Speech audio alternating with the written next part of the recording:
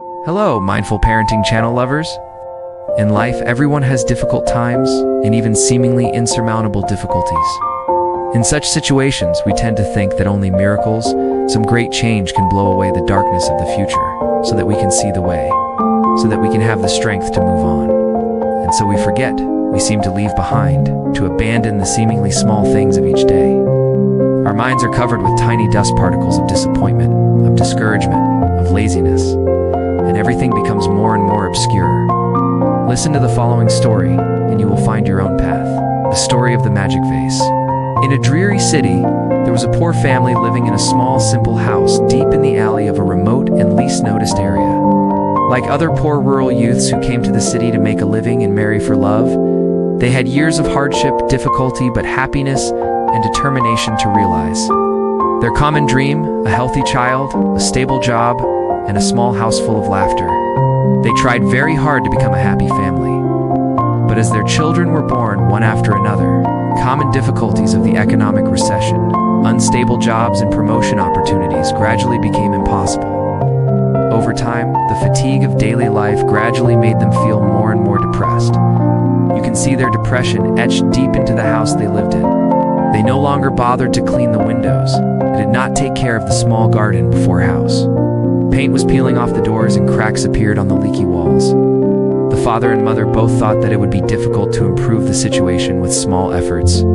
Everything could only be changed if there was a miracle, like winning the lottery or something really big and good happened in this boring city. And so, time passed by. One day, the eldest son of the family was wandering around the poor neighborhood, and his aimless steps took him to a market. The boy found himself caught up in the excitement of this bustling morning market. A variety of goods were displayed, buyers and sellers were bustling past, although he did not have much money in his pocket, had no clear purpose in his mind, and was in a gloomy mood. He stopped to watch people buying fruits and vegetables, fresh-baked bread, and fragrant donuts. He noticed the long line at the fish stall had just been brought up from the sea, and took a deep breath of joy as he passed the fresh flower stall. But the stall that caught his eye most was a small antique stall, hidden among the awnings of the street vendors. He had never noticed this stall before. He stopped to examine it, and there, hidden in the dark corners, he noticed a beautiful vase.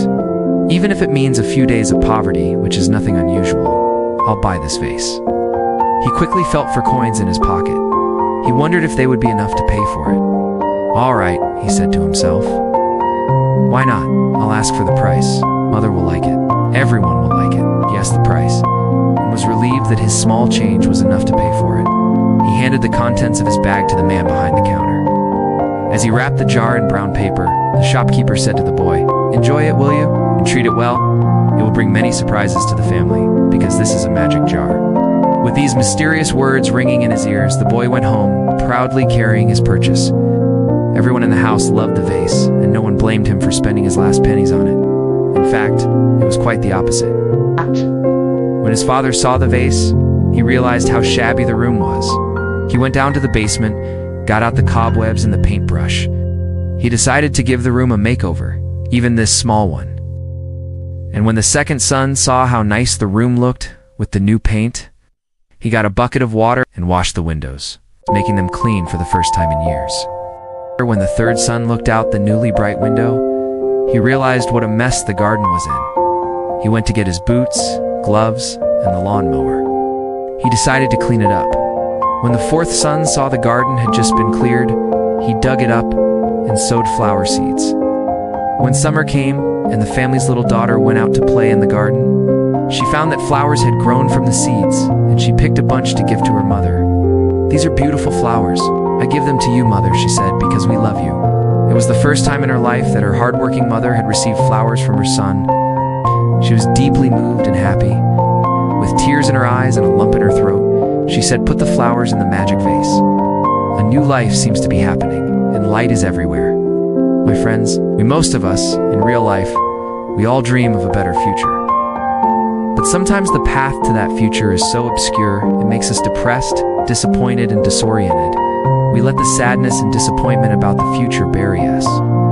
Don't wait for tomorrow for some great miracle to suddenly happen to us. All miracles come from the smallest things in the present. Every moment of the present can create miracles. Magic comes from the present moments. It is lost because you don't live in the present. You don't immerse yourself in the present. You ignore the present to think about the past or worry about the future. Not living in the present, that also means you are dead. Live each moment of the present fully. The most wonderful things are in it. The smallest things are the beginning of great things. Don't dwell on the past. Don't dream madly of 100 years from now. Only the present exists. Right now, you can have a magic bottle for yourself, of course, and then you will see how wonderful life is.